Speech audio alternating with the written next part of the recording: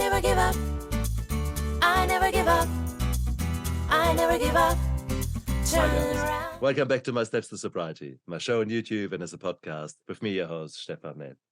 Today is another fantastic day for an interview because I'm gonna learn a lot and I'm gonna be taking on my own prejudices and probably you guys too.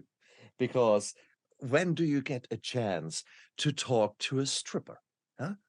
Really, honestly, talk to a woman who has been working in the sex industry and being out there and making her experience, making her life, living through maybe a bit more challenging times.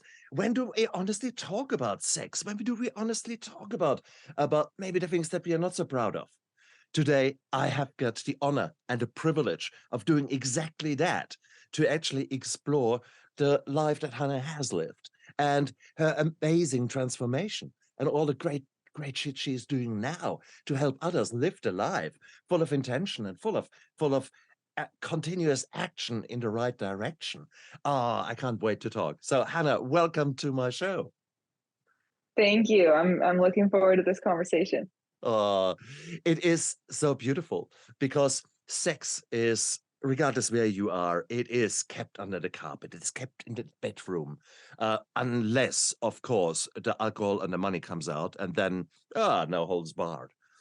It was when I moved from Germany to the UK, it became for me extremely clear because the UK people are incredibly prudish during the daytime. And then nighttime comes and they turn into vampires, sexual vampires that are fueled by really sex and alcohol and bring that out. And then no holds barred. Or should I say no holds barred? No, too much. It is brutal. So that as a setup for our interview. So we're going to talk about taboos today. We're going to talk about more those things that normally happen behind closed doors, and I think that is really important because only by us being honest about this kind of other life that is happening in many people's lives, can we actually address it and can it bring it out and talk honestly about it.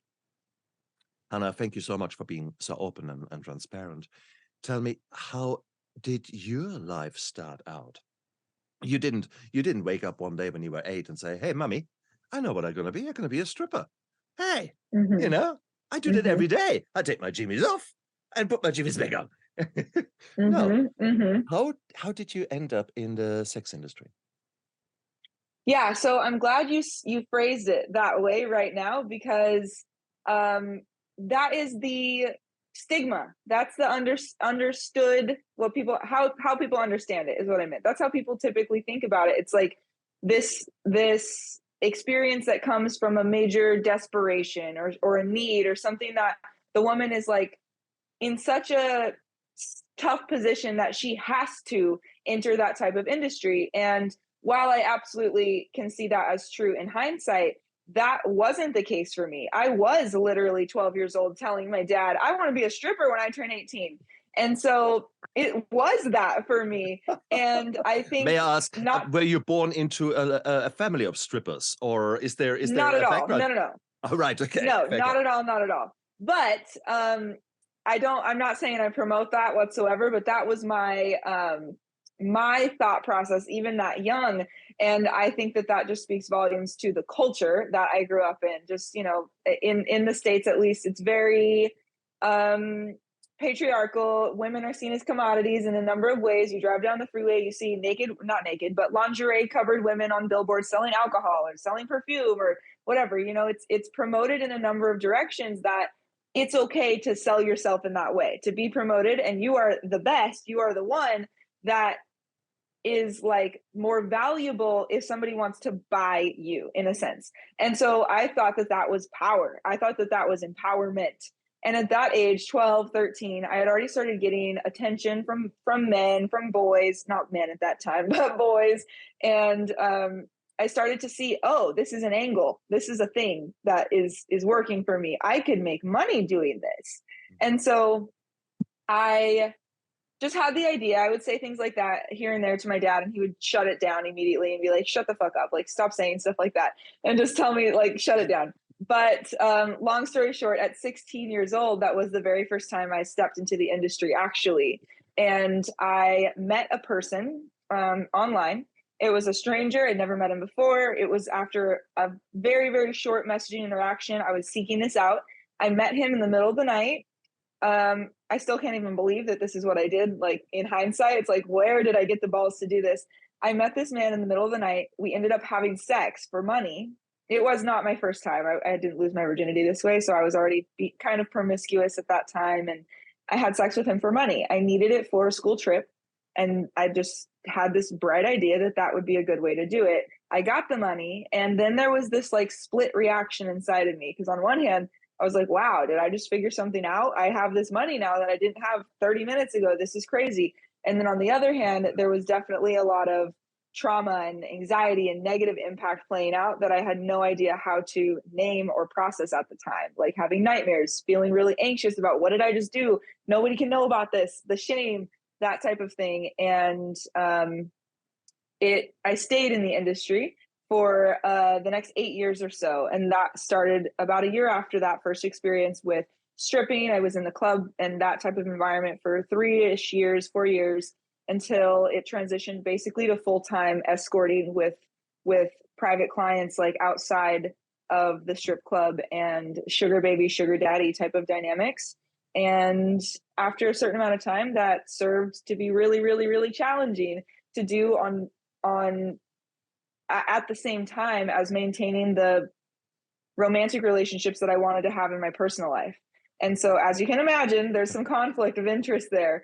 And so at some point, the scale started to tip. The money, the lifestyle, the compliments, all of that kind of stuff was no longer as worth it to me as it used to be. And the accumulation of like pain that I was collecting over the years of giving myself away in all these different ways that I wouldn't have done otherwise, you know, if it wasn't with a price tag on it, I started to wake up to so much of the reality of what I was doing. And that started my healing journey out of the industry about 4 years ago. Very intriguing. Very intriguing, but I can see that happening so easily. And indeed, it is happening around the world in certainly Western societies to a stunning degree. And there has been an erosion of our, I don't want to call it values, but those things that we accept as normal. I come from a time when there were no dick pics or boob pics or whatever things.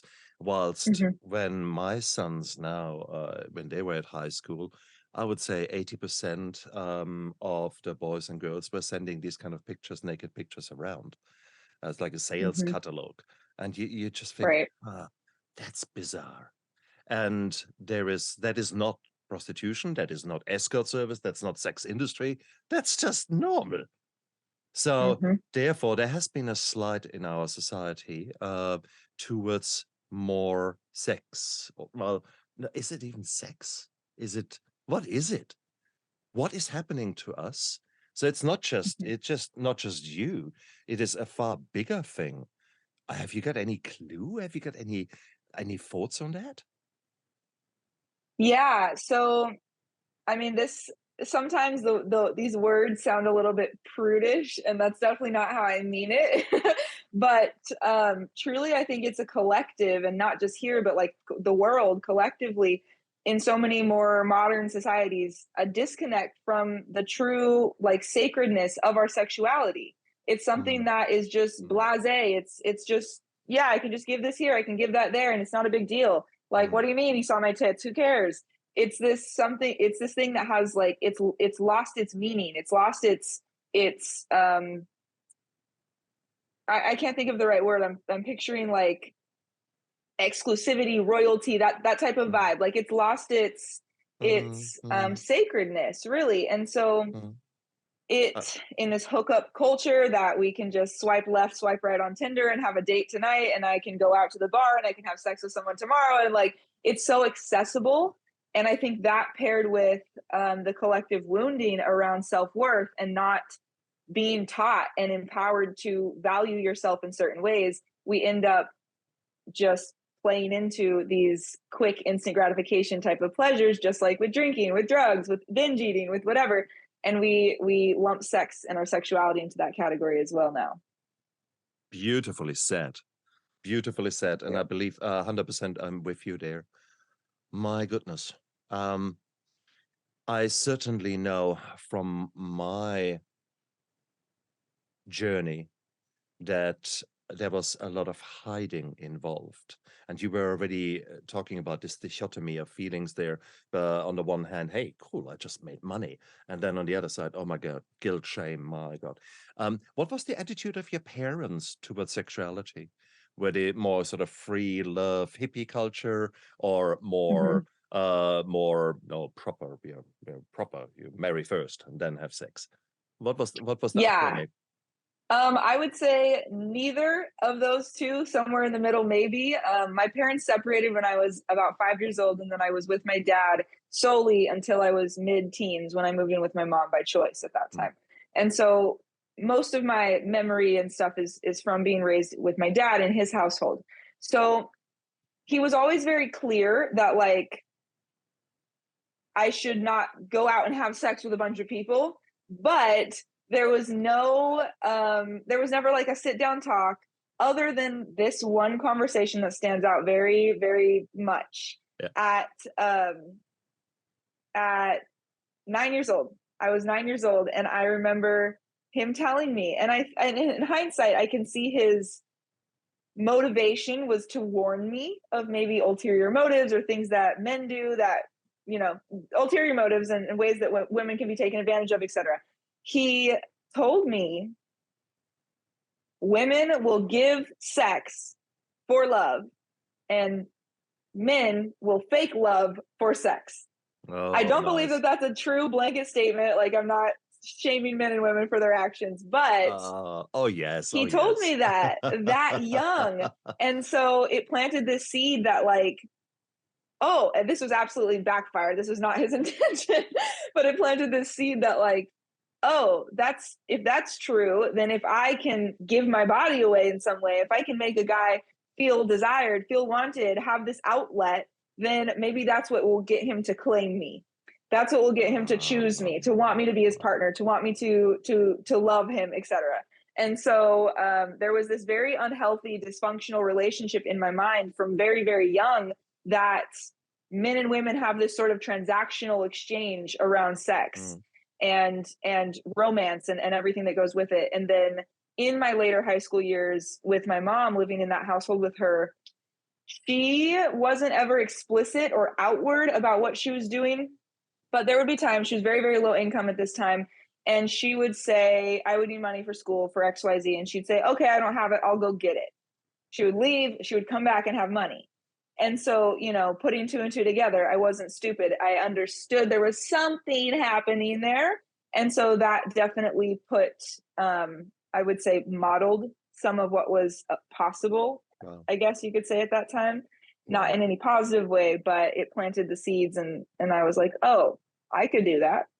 And so, yeah. I mean, let's not be silly here. I take my hat off to your mom, because here she was, a single mom, and daughter has a need. And instead of her putting herself first and saying, no, sorry, honey, I need that money for drink or so, she actually went out there and did whatever she had to do to help you, to look after you. Now that's a lioness. That's a woman who I respect. That is, you can take a moral stance however much you want. It is about her putting you first, which makes her the heroine in your story. And it's so easy for people to go on this moral high horse if they have never been in situations where there is no money, in situations where maybe selling your body is the only choice. And it is so common. If you go back in generations, it was exactly the same thing. It maybe mildly different. An English girl, when the Americans were stationed over there prior to invading invading Germany in 1944. It is the amount of English girls who rather preferred the Americans to the English boys because the Americans had more money. Well, what what's the difference? Yep. If you actually look at what is driving our society, I'm sorry, money makes the world go round, and women have taken advantage of their bodies for a very, very long time. Okay, Yeah. even at a time when moral standards were very, very different. So therefore, let's be quite clear. There is no shaming whatsoever Right. of the sex industry, at least not from me. I very much understand the double-edged sword that is being played with there. The only thing, I guess, well, bloody hell, if I go back in my own story, yes, I was a nude model. But different times when I looked a bit different than now, but I was a nude model there, and I got $40 for standing in very, very uncomfortable poses to be drawn in a drawing club. Well, what's the bloody difference? Okay, Yeah. so yeah. And I certainly come from the wrong side of the tracks. So therefore, would have things played out differently? Would I maybe have gone the same route? Maybe. So here we are actually accepting that sometimes you do things in your life for pure survival or for pure gains, because at that moment it looks like the right thing to do. How much hiding was there at your time, coming back to that? How much did you hide that from your parents? Or did you play that quite openly? Did they know that you were an escort? Or did you? Yeah. Yeah. Yeah. So the first experience I ever had at 16, that was absolutely like under wraps. Nobody knew about that. And then my next exploration in that industry was at 17. I had a fake ID. In the US, at least, it's 18 and over for anything that you're going to do in that industry. I was 17 and I couldn't walk into a strip club legally and start working. And so I had a fake ID, and I knew that if I were to go to one of these like house stripping companies where they send women to like bachelor parties and that sort of thing, Yeah. you only need an ID. You don't need a social security card. And so I signed myself up for that, did that a little bit at 17. That was also under wraps. And then at the time, I was in a very jealous type of relationship. And so he had found out about this, and I was very shameful about it. And I stayed in that relationship for about another year and didn't do anything. And then at 19, after leaving that relationship, it was like I felt like I had the freedom. I went and I signed myself up at an actual strip club. And so at that point, I intended to keep it not secret, like as if I was trying to hide it, but I knew that, like, my dad, who I was living with very briefly for about a month at that time, in between two places, I was moving towns. He wouldn't be excited about it, and I knew that. And so I wasn't trying to make it known, but obviously there was some changes. I was coming home with hundreds of dollars of groceries, with just whatever the fuck I wanted to buy. And so he started asking me questions, and it got to the point where he was like, you can either tell me what you're doing or you can get out, like get the fuck out of my house. And so I told him, I said, fine, I'll tell you, I'm not going to talk about it, and this is what I'm doing. And he got mad. He was upset for a couple days, didn't talk to me for a couple days. I slipped the exact amount of money that the rent was at his house at the time under the door on one of those 2 days that he wasn't talking to me, texted him, and I was like, hey, the rent is under your door, period. And then after that, he never mentioned it as a problem ever again. And it was just open from that point on. I wasn't like, telling him in detail about all of my adventures, but I think he compartmentalized it enough to come to a place of acceptance by viewing it as like a business thing, as an entrepreneurial thing of like, I am making my own money. And not that he was happy about it in any way, but I honestly think that he was more accepting of that than he would have been if I would have gone and gotten a job at McDonald's, just, working for somebody else's dream for pennies on the dollar type of thing. He could respect the entrepreneurial aspect of it. Brilliant. Yeah. Again, that takes balls for a dad to transform and accept that. Again, we can, whatever your moral standard is, we have to look at the action of the man. He again put you first, put his love to you first, and that is powerful. Wow. I that is a beautiful story that you're telling me there. It's so easy to think, oh my God, she did that all because she had to. Did you have fun? Was that a fun time for Um, you with hindsight? I've been asked this question before. The only thing that was fun in any way, like, because I've done a massive, like a lifetime amount of healing and learning and unlearning and all of this stuff in the last handful of years that I've been out of the industry. And so my opinions on everything are very different now than they were in it. Absolutely.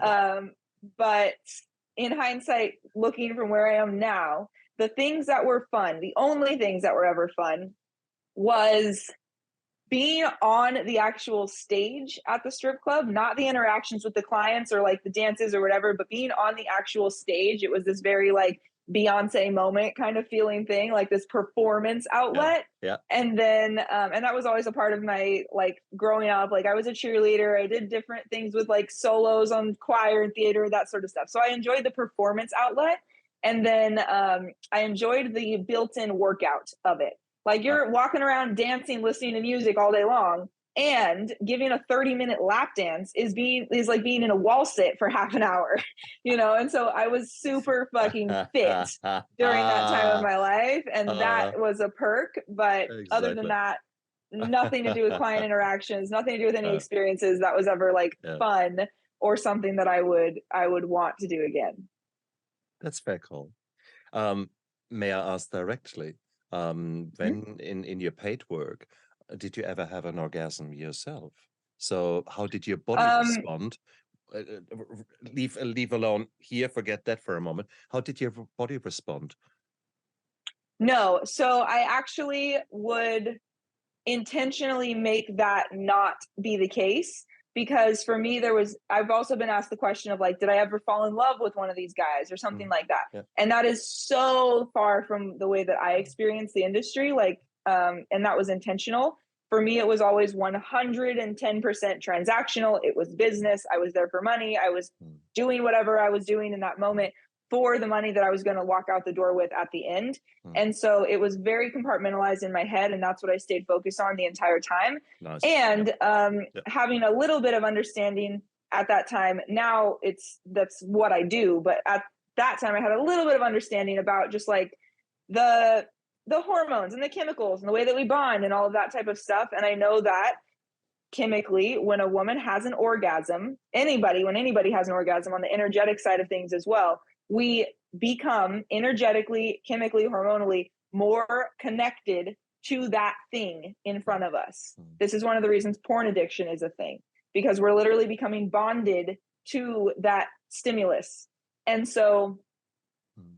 I was very intentional about making sure that actual physical pleasure to the most of my ability to control was absolutely not part of it, because that's not what I was there for. And I was just really, really clear about that. Mm. Cool. Yeah. Cool. So there was this very clear divide in your brain, this Yeah. compartmentalization. That is interesting. So this was not something that you just sort of uh, fell into, in the sense of it certainly became its life of its own. You had still control. You were in the driver's seat. That is not necessarily, Yes. but that is not necessarily the story with many women. Or am I wrong there? Well, Are there too many prejudices in my head? Too no, many film stories in my head? no. I think that saying I was in the driver's seat is true only in a very like snow globe type of way. Like I was in the driver's seat in that realm, in that situation. But on the grand scheme of things, if we're including all of reality, I was not in the driver's seat, because I was still at the end of the day reliant on these men. I was Absolutely. giving parts of Absolutely. myself away that I wouldn't have done otherwise if there wasn't a transaction involved, for the money that on the deepest level I didn't believe I could create other ways. Yeah. And so I don't think that there is any version of empowerment, and this is my radical opinion now. I don't believe there's any version of empowerment for the woman that exists in sex work. But I know that is another one of our massively hurtful, in my opinion, societal conditionings that if she's choosing to do it, if she sets the price, if she's in control, she's empowered. But it's not true, because like I said, our sex is sacred. Our sex is a part of our body. It's not a service. Like, you go get a fucking oil change, that's a service. You don't care what that dude looks like. You don't care what he smells like. You don't care if he's happy to be there, if he's not happy to be there. When you show up to have a sexual interaction for money, you are expected to be 100 different things. And it's not just sex ever. There's an emotional component to it. The person paying for sex wants to feel a certain type of way on an emotional level as well. They want to feel like you like being there, like you enjoy them on some level. And whether that's true or not, you're expected to perform in that way. You know, so it's so much more than just a service. It's a performance. It's a dissociation in yourself from what's real and what's your truth and what you're doing in that moment. And so I don't believe there's any version of empowerment in it, truly. That's now my perspective outside of the industry. But at the time, I was completely brainwashed by all of that and believed that I was empowered because I set the prices, I set the times, I set whatever, and I got to choose who this guy was or wasn't that I was going to say yes to. But once I started to wake up and get out of the industry, it was definitely a breakdown before a breakthrough type of thing, where I had to really face how much my self-worth was put in their hands, was put in the dollar amount, was put in the validation and approval that I had from them and not actually coming from me. Wow. And I guess that then automatically leads to the next question. Where did the alcohol come in? If you are truly an entrepreneur who is ice cold, there are no emotions, this is a pure transactional story, well, you wouldn't have necessarily to numb yourself. Or what did the alcohol do to you? What function did it have for you? Yeah, so I think that, so when I worked at the strip club specifically, I was very, very clear about how I was going to do that, and I stuck to that the whole time. So many women end up in this like trap in that type of environment where they're drinking, they're smoking, they're doing drugs, they're taking pills, all this stuff to like survive the environment. And it started taking a toll on me after enough time, because it is such a toxic environment, that was why I left it and took my private clients outside so I could be in more control of my own environment, who I was around, etc. But I had started drinking alcohol at 12 was the very first time I ever got drunk. And then 13 on, I was actively partying. I graduated high school 2 years early at 16. And so I was a 13-year-old freshman going to parties, you know, and so I was getting blackout drunk from that age on. And then it turned into this very weekend warrior thing where I would go out and it was just fun and it was just social, but I was getting blacked every single time.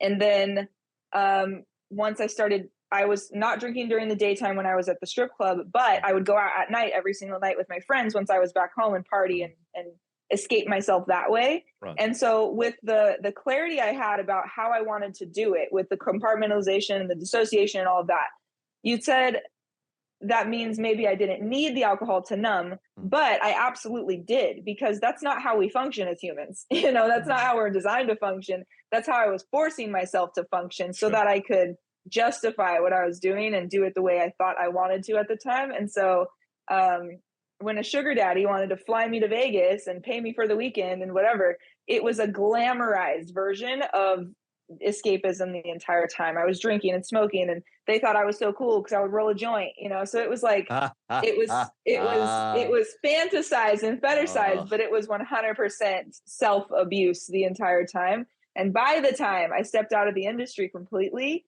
it was really bad. Like I was drinking like a 12-pack in the middle of the day by myself at home type of drinking. And so it had gotten to a point where I needed to feel everything that I was numbing out. Yeah. Oh, hell yes. That rings a bell. Yeah. Okay.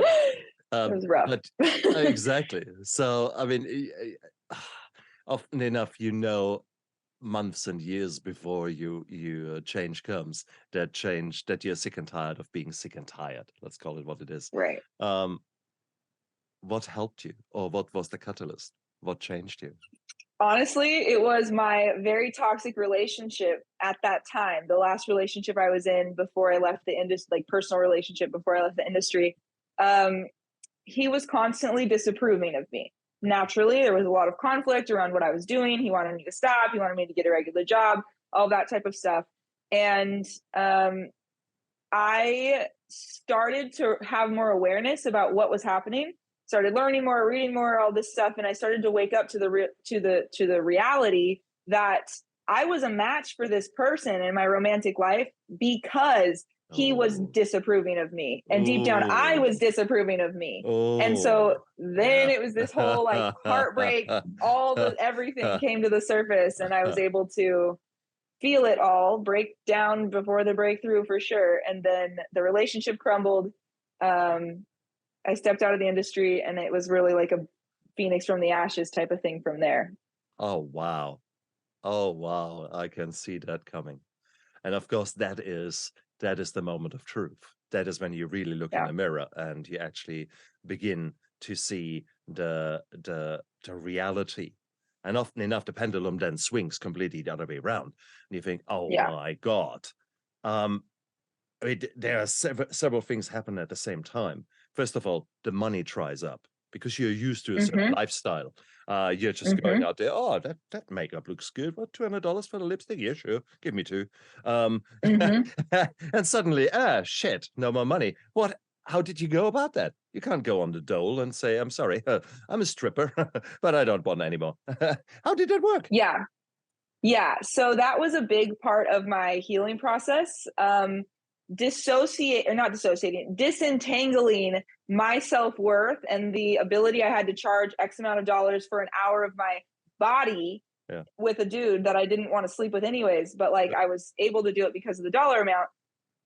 I started to realize how much my self-worth was tied up in my sexuality and my like being desired by somebody.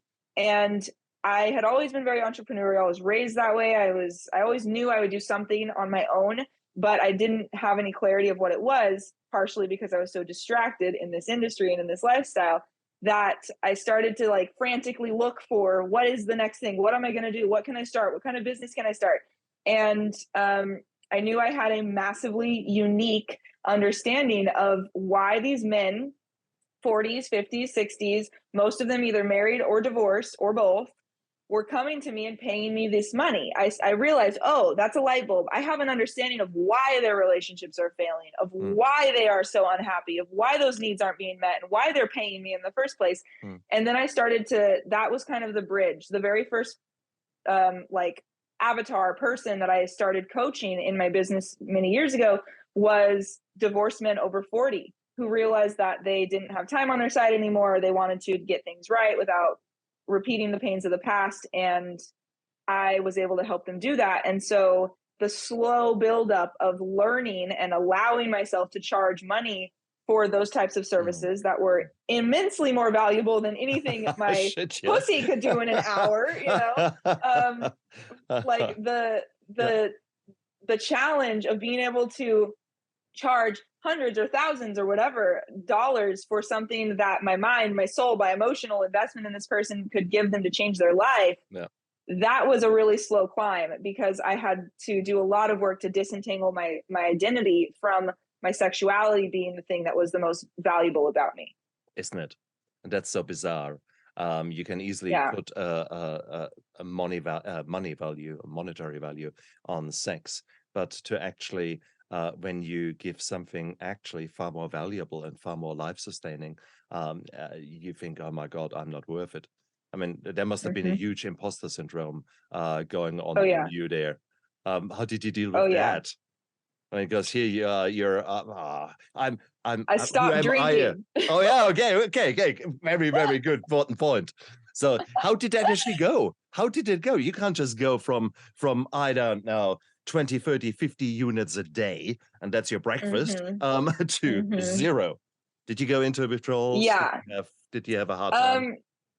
So for me, it was an overnight move. I had obviously mentally been thinking about it, like, and all the shame spiral, you know, I need to stop as I'm driving to the liquor store, and then drunk later, I need to stop as I'm drunk driving back to the liquor store. You know what I mean? And so like the shame started getting higher and higher and higher. And I I knew like this was a very soul motivated type of thing, a soul driven thing that I was going to ruin my future and ruin what I was starting to build if I didn't change that part of my life. And so it was an overnight decision. I completely stopped and I literally sat on the couch like I was physically unable to do anything else and cried and cried and cried and cried and cried for 4 days straight after like 4 first days of sobriety, just crying and crying and crying. Everything around me started to be a trigger. I couldn't even watch TV because every single commercial, every single show Of has course. alcohol all over the place. Of course it I is. couldn't I would take certain streets in my town because I didn't want to drive past certain stores and billboards, and everything was at the surface. All the stuff that I had been pushing down for a decade at that point was at the surface. And it was hard. It was really, really hard. I did a lot of self-help type of stuff. I um, wrote many apology letters to myself. I did a lot of purging of the emotional and physical pain that I had caused myself for so many years. And then I just started massively investing in those types of things, coaching, therapy, retreats, that type of stuff. And that supported me along the way. Beautiful. So exactly, you actually put a power team together of coaches or of people who have been further down the line. So Mm-hmm. you actually took action, massive action, into Yeah. that direction. But I love it that you allowed yourself that pity party, that you allowed Mm-hmm. yourself that to be the victim, finally to come out Yeah. of this artificial I'm the woman, I'm the power player here into actually crash, burn, snot Yep. and all. Um, Yep. Brilliant. But you and we are both clear that action needs to be taken. And so you didn't actually stay in that pity party. Why do so many people feel so attracted to have that victim label and continue to wear Yeah. it? Wear it often with Yeah. pride. Mm-hmm. Mm-hmm. Because it allows the story, whether it's conscious or unconscious, to stay alive, that they aren't responsible for the pain that they're in. You know, it allows them to stay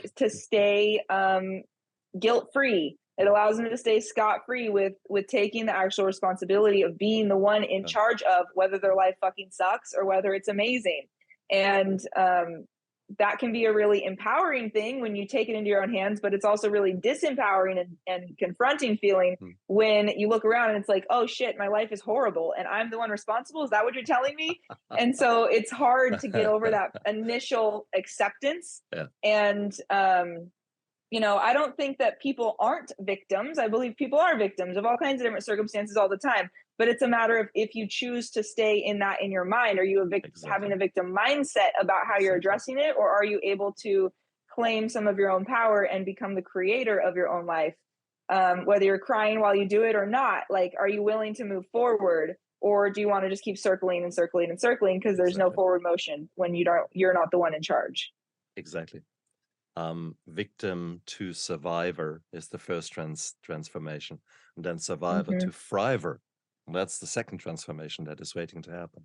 And so many people are actually stuck on the victim side. And I guess I was there for decades, because a lot of shit has happened to me. And I had not the understanding that maybe I'm part of the problem at times. In all fairness, there were other times when really shit has happened to me. End of the story. No fault of my own. And I reveled in that like a pig in mud. And with hindsight, what a wasted time that was.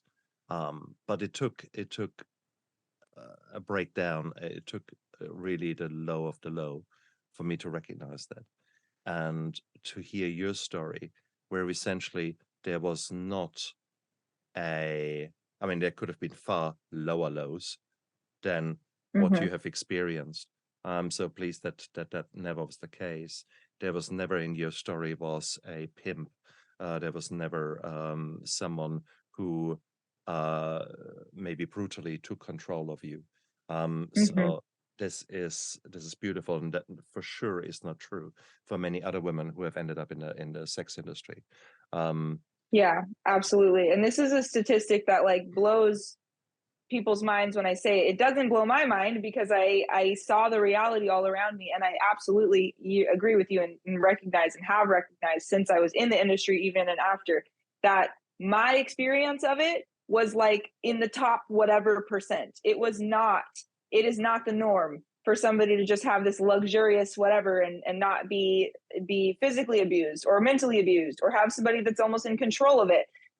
There's so much pain and trauma and horrible dynamics that exist in that industry, and that is the majority. It's not the minority. And so the statistic that is true is women who step into the sex industry, the second they step into it in whatever form, immediately their risk of premature mortality, dying for no reason, increases by 40%. Wow. You almost double your chances of unnecessary death by choosing to participate in that industry. And that speaks volumes to what is the norm for the women in the industry. Wow.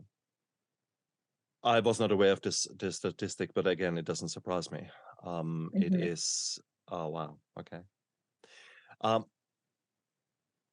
What is the way out? I mean, for you have had this beautiful transformation, and you have maybe seen the light. Whatever drove you to change was powerful. What would you advise other women who are in the sex industry and who are still a bit away from that transition? What advice would you give them? Yeah, is to come face to face with the parts of yourself that don't believe you have another option. Because as soon as you're willing to recognize that, you can start to hear how untrue it is. You can start to question it if you want to choose to continue to believe that or not.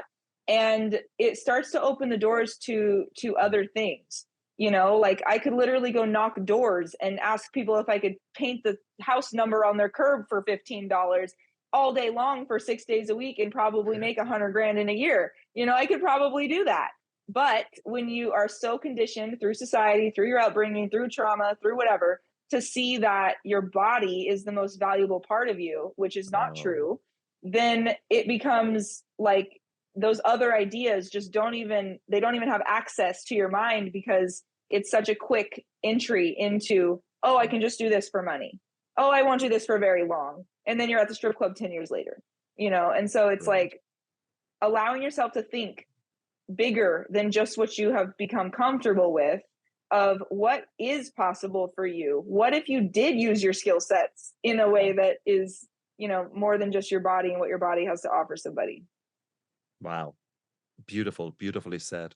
And that holds true to basically everyone who is listening.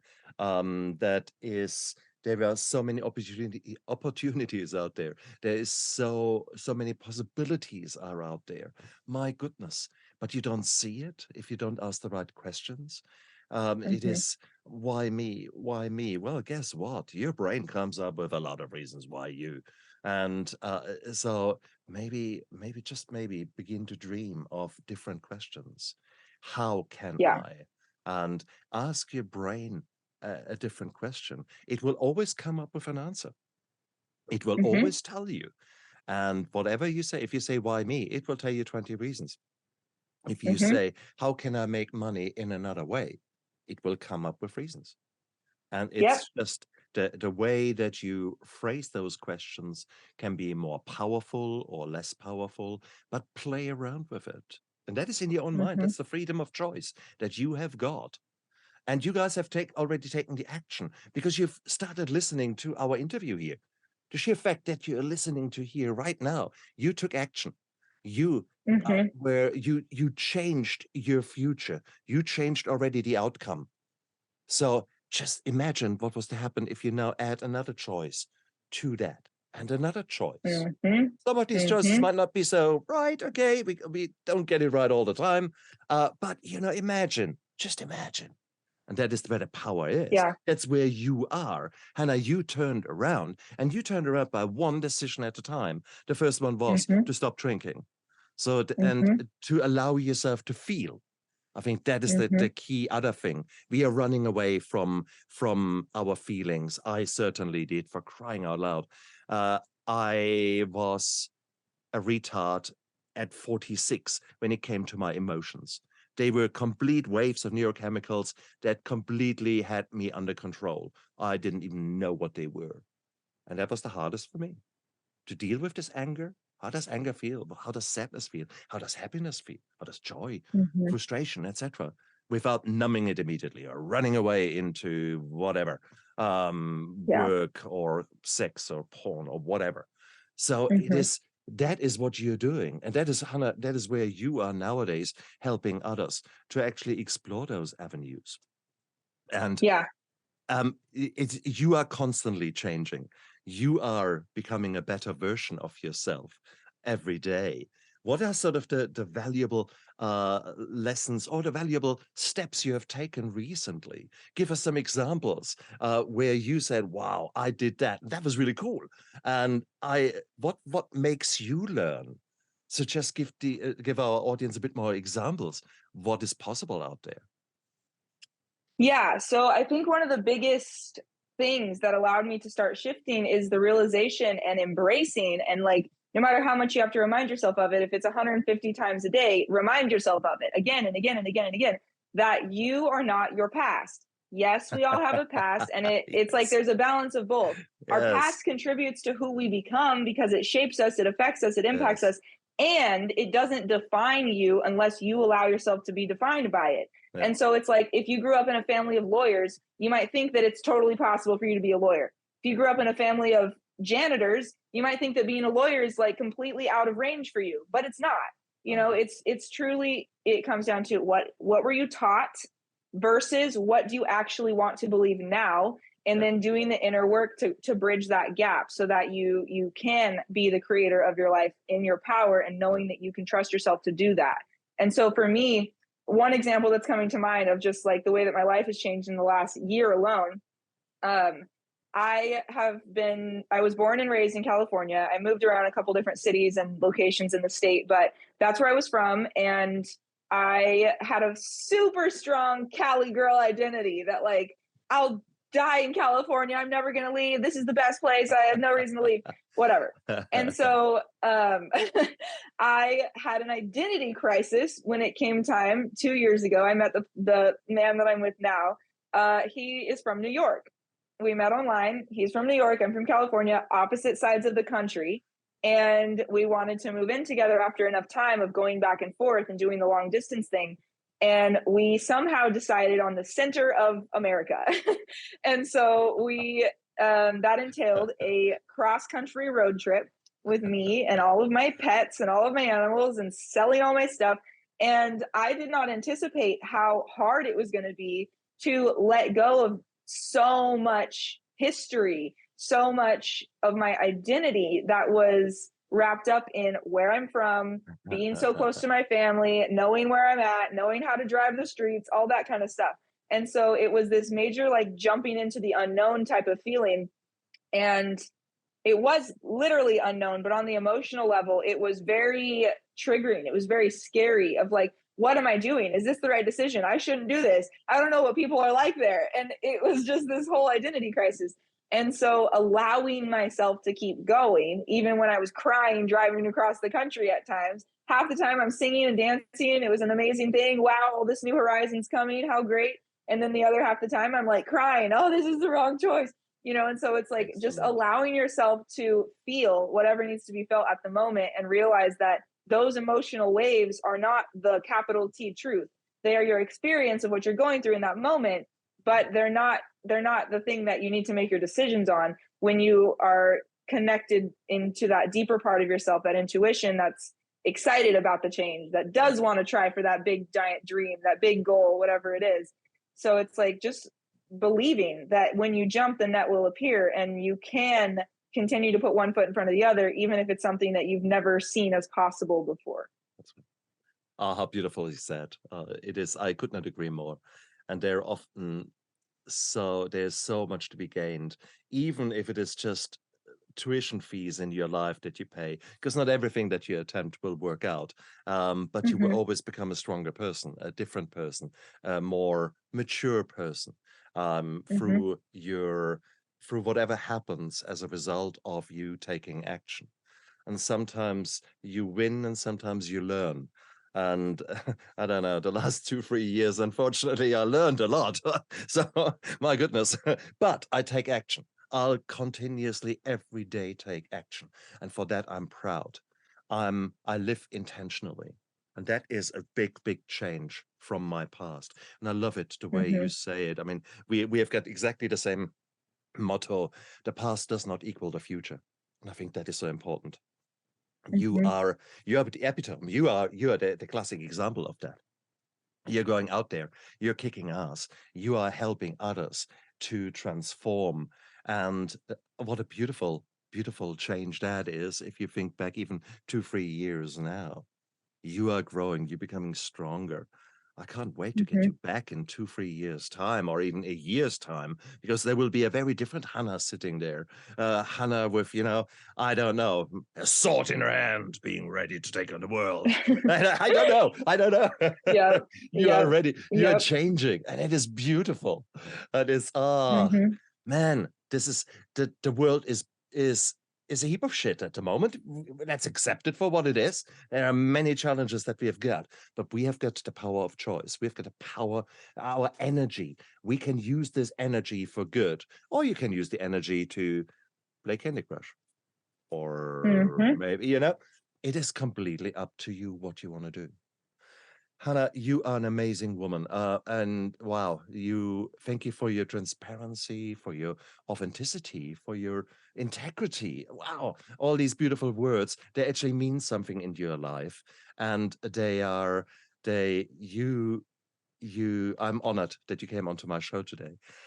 If people want to know more about you, where can they find you? Where can they get in touch with you? Yeah, and thank you for that. I've really enjoyed this conversation. To stay in touch with me, I would say Instagram is like my home on the internet at Hannah Spanke, HannahSpanke. That's my handle on any social media platform you can probably find me on. Instagram is the place to find me, though, to stay in the most current contact. I create free value, free content every single day, so you can kind of click the follow button, hook in, and then you can be along for the ride and get a lot out of it just by following, just for free. And then if you're interested in working with me in any capacity, you can always message me on Instagram. You can reach out via email, hannahspanke@gmail.com. And if you want to stay connected through email, my website is currently under construction, being rebuilt right now. But if you go to hannahspanke.com, you can sign up for the emailing list. There's not much to that homepage other than a sign up box, but you can add your name and email to it. And for couples, because that's a major part of my work that I do now, if you are interested in growing together and doing the work together and not having to choose between your Mexico vacation and paying for therapy, you can do it all in one. I'm hosting a couples retreat in Hawaii upcoming in May, at the end of May. And so if you're interested in any of that, and you want to check that out, you can go to hannahspanke.com/couples retreat Hawaii for all the information there. Oh, fantastic. Fantastic. Guys, look down there into the description of the YouTube video and of the podcast. You find all of Hannah's links down there. Whilst you're down there, press the like and subscribe button, because then at least you get informed about all the beautiful things that are happening on my show. If you want to know more about me, you might head over to mystepstosobriety.com, where you get all the information about my journey this year, about the books I've written, etc. So there's constant move in those people who are willing to take the world, well, the bull by its horns. And both Hannah and me, we're there. We want to go out there and become better human beings. And if you guys want to come along for the ride, hey, just come along. That journey is so exciting. I love it, love it, love it. I wouldn't have it any other way, regardless what our past was. The past does not equal the future. Brilliant. Hannah, you're an amazing woman. Thank you so much for your time. I truly, truly appreciate it. And you guys out there, look after yourself and live with passion. Bye. Thank you. I never give up. I never give up. I never give up. Turn around.